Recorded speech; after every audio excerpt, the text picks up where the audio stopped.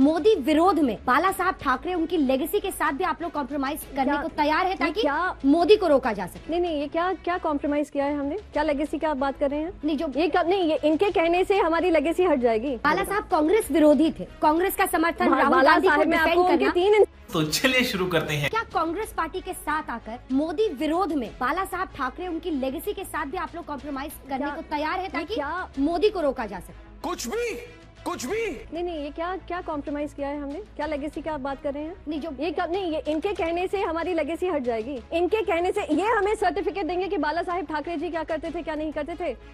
ये बड़ी अच्छी बात कही आप। हमने हर एक वही काम किया जो बाला साहेब ठाकरे जी उस पर विश्वास रखते थे।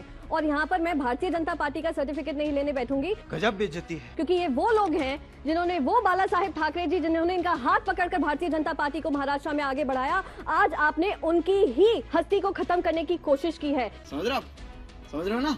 ये गद्दारी देश नहीं भूलेगा, महाराष्ट्र तो खास करके नहीं। दोस्तों, गोदी मीडिया के गोदी एंकर गोदीगिरी करने में इतना मशगूल हो गए हैं कि बोलने से पहले कुछ सोच समझ भी नहीं पा रहे हैं और कुछ भी बकलोली करते दिख रहे हैं। आपने ये डिबेट देखा ही कि कैसे गोदी एंकर कह रही हैं कि मोदी विरोध में कंप्रोमाइज करने को तैयार हैं, जिस पर प्रियंका चतुर्वेदी ने तरीके से इस अंजना की फटकार लगा दी। कहा कि भाजपा के कहने से हमारी लेगेसी हट जाएगी क्या? मतलब कि एंकर भी भाजपा की बोली बोलते हुए दिख रहे हैं। इसी वजह से आजकल ऐसे गोदी मीडिया के चरण चुंबकों पर विपक्षी दलों ने शिकंजा कसना शुरू कर दिया है। बावजूद इसके शर्म इनको मगर आती नहीं और गोदीगिरी करने में बिल्कुल भी बाज नहीं आते दिख रहे हैं। बाला साहब कांग्रेस विरोधी थे, कुछ भी कांग्रेस का समर्थन राहुल बाला गांधी को साहेब, मैं आपको डिफेंड उनके करना। 3 इंस्टेंसेस भी बता सकती हूँ बाला साहेब ठाकरे जी के, जहां उन्होंने समर्थन दिया था कांग्रेस पार्टी को। बात तो सही है।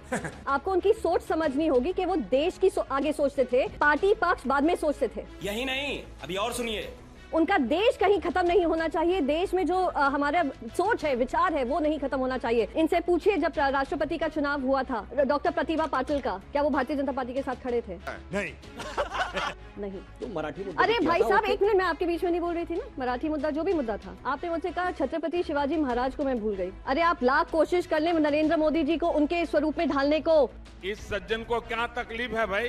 पर देश नहीं भूलेगा कि उन्होंने क्या काम किया है। हमारी सिविलाइजेशनल हिस्ट्री आप नहीं लिखने वाले हैं, देश के मन में है, दिल में है। हाँ जी, तो गोदी एंकर का सवाल कि बाला साहेब कांग्रेस विरोधी थे और ये गोदी एंकर खुद देशद्रोही है। इस पर भी प्रियंका चतुर्वेदी इस गोदी एंकर को रपेट कर रख दिया। कहा कि वो देश के लिए पहले सोचते थे, पार्टी पक्ष के लिए बाद में। पर ऐसे चरण चुंबकों को ये बात मालूम होते हुए भी अपना प्रोपेगेंडा चलाने से बाज नहीं आते। इसी वजह से जब इन्हें खरी खोटी सुना दी जाती है तो ये बौखला जाते हैं और इनकी इतनी मोटी चमड़ी हो गई है कि फिर भी इन्हें कोई फर्क नहीं पड़ता। जो भी हो, प्रियंका चतुर्वेदी ने इस अनऑफिशियल प्रवक्ता को तरीके से कूट कर रख दिया। और हम जहाँ भी देश की बात आएगी उसमें हम कॉम्प्रोमाइज करने वाले नहीं हैं। भारतीय जनता पार्टी हमें कोई सर्टिफिकेट देने वाली पार्टी नहीं। जवाब मजा आया।